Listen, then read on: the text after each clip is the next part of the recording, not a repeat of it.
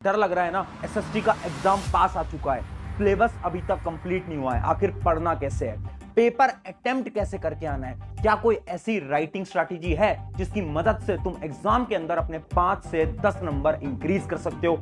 ये सारी चीजें आज एक वीडियो के अंदर मैं तुम्हें डिटेल में बताने वाला हूं। तो हाय एवरीवन, मैं हूं आप सभी का अपना प्रशांत भैया और लेकर आ गया हूं एसएसटी की लास्ट मिनट स्ट्रैटेजी। देखो, साइंस का एग्जाम मुझे पता है तुम सबने फोड़ दिया है। तुम्हें क्या लगा था प्रशांत भैया बस साइंस में मदद करेंगे? नहीं दोस्त, एसएसटी में भी तेरे साथ खड़ा हूं। बोला था कि जब तक तेरे बोर्ड एग्जाम खत्म नहीं हो जाते तब तक तेरे साथ खड़ा रहने वाला हूं।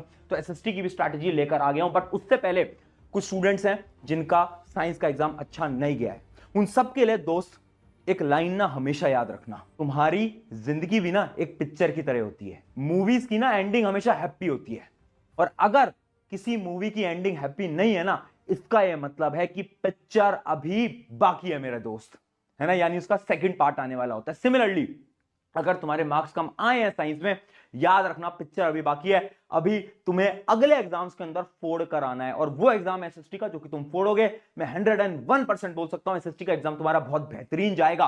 पर भैया कैसे जाएगा, इतनी सारी प्रॉब्लम्स हैं, तो एक एक करके सारी चीजों के बारे में बात कर लेते हैं। मैं सारी प्रॉब्लम लेकर आया हूं तुम्हारी कि याद कैसे करें, इतनी सारी चीजें हैं। एसएसटी का सिलेबस कंप्लीट कैसे करना है, पढ़ना कहां से है, उसके अलावा इंपॉर्टेंट टॉपिक मिल जाएंगे क्या भैया, क्या कोई इंपॉर्टेंट क्वेश्चंस मिल जाएंगे? बिल्कुल मिल जाएंगे, आज वो भी देने वाला हूं। उसके अलावा नोट्स भी दूंगा। उसके अलावा क्या ज्योग्राफी, मैप्स या फिर हिस्ट्री डेट्स, इनकी कोई ट्रिक होती है क्या, और पेपर प्रेजेंटेशन हैक क्या होता है, ये सब कुछ मैं तुम्हें एकदम डिटेल में बताने वाला हूं। एक एक करके सारी चीजों को ध्यान से एकदम गौर से सुनते रहना। सबसे पहली चीज, पढ़ना कहां से है। बहुत सिंपल सी बात है, आपको मैराथन्स लगानी है। दिगराज सर आपके डेली आ रहे हैं लाइव और आपको पढ़ा रहे हैं, जाकर उनसे पढ़ लेना, आपकी सारी प्रॉब्लम खत्म हो जाएंगी एक ही बार में, वो डिटेल में सब कुछ पढ़ा देंगे, ठीक है। उसके अलावा जब आप दिगराज सर के सारे मैराथन्स देख लोगे, ऑलमोस्ट आपकी सारी चीजें कंप्लीट हो जाएंगी।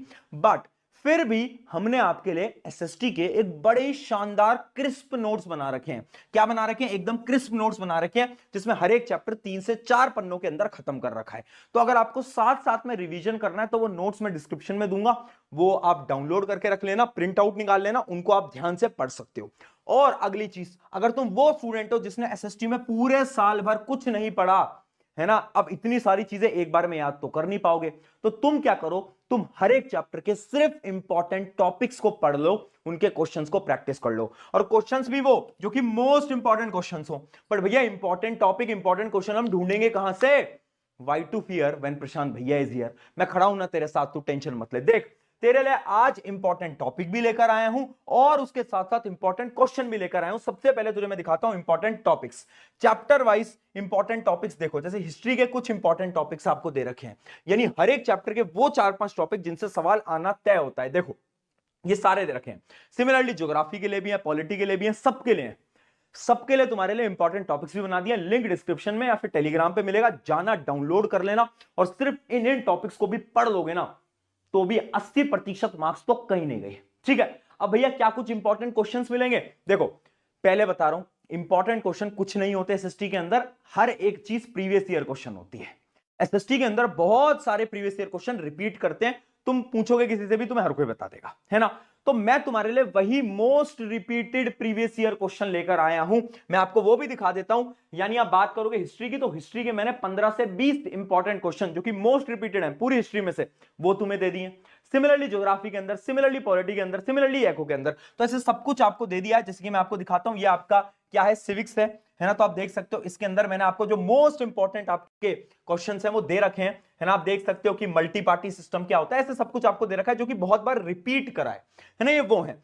तो याद रखना, आप इनसे भी प्रैक्टिस कर सकते हो अगर आपने ज्यादा पढ़ाई अभी तक नहीं करी थी तो, ठीक है। अब बात करते हैं, क्या ये तो हो गया पूरा का पूरा पढ़ाई की स्ट्रैटेजी। अब ये बहुत सारी प्रॉब्लम्स आ रही है, उनका हल कर दो, और पेपर प्रेजेंटेशन के ऊपर बात करते हैं।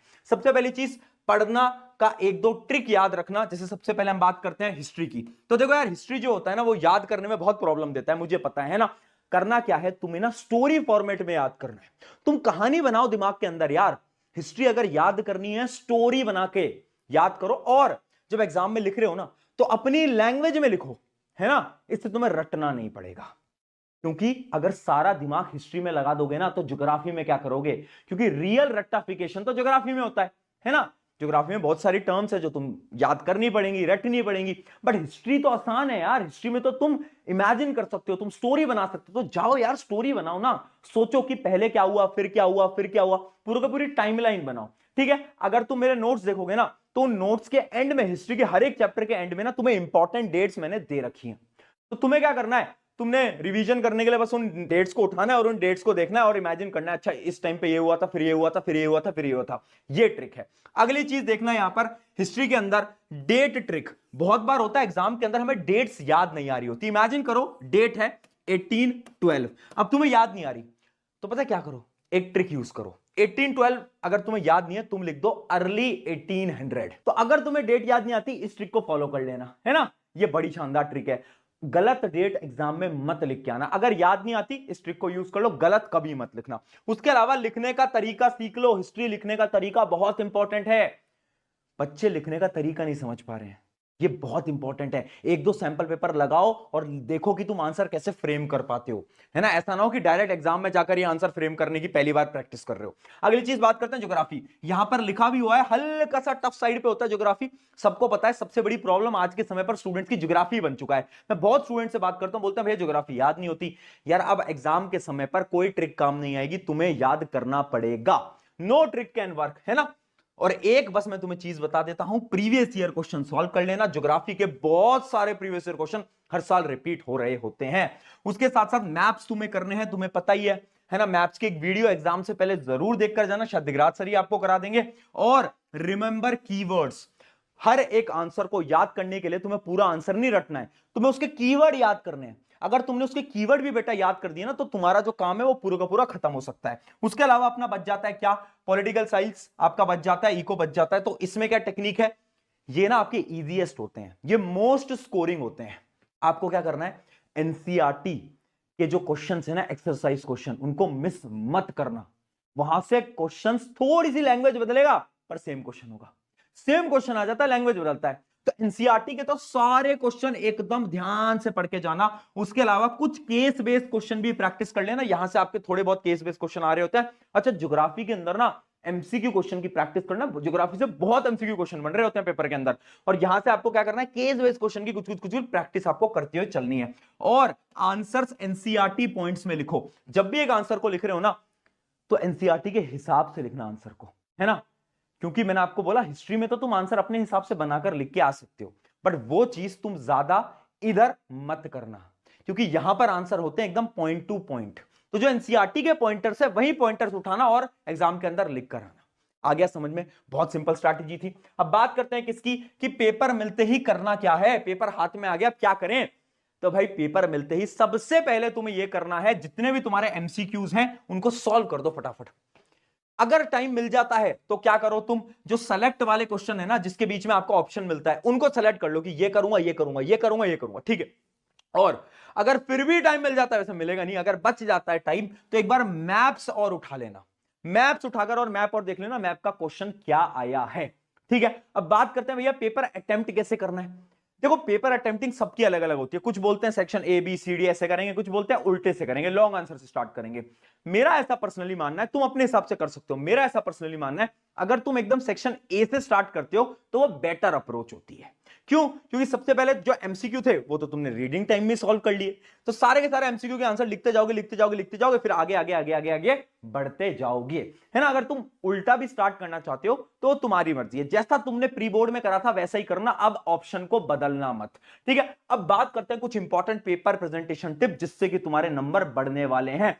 एक टिप ऐसी बताऊंगा जो कि बहुत इंपॉर्टेंट है। देखो सबसे पहले, don't waste time in 2-3 marker. देखो गलती क्या तुम करोगे ना, तुम ना बहुत ज्यादा समय खराब करोगे। हम क्या करते हैं ना, जब नया नया पेपर आता है ना, तो हमारे अंदर बहुत एनर्जी होती है। अब आपने एमसीक्यू कर लिए, फिर आते हैं आपके 2-3 मार्कर।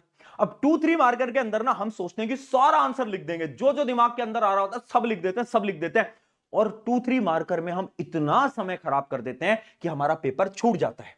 पिछले साल बहुत बच्चे थे जिनका पेपर छूटा था। क्यों, क्योंकि एसएसटी के पेपर में लिखना बहुत होता है, पेपर लेंदी होता है, ऑब्वियस सी बात है। अब लेंदी पेपर आएगा और अगर तुम 2-3 मार्कर में अपना समय खराब कर रहे होगे तो पेपर छूटना तय होता है।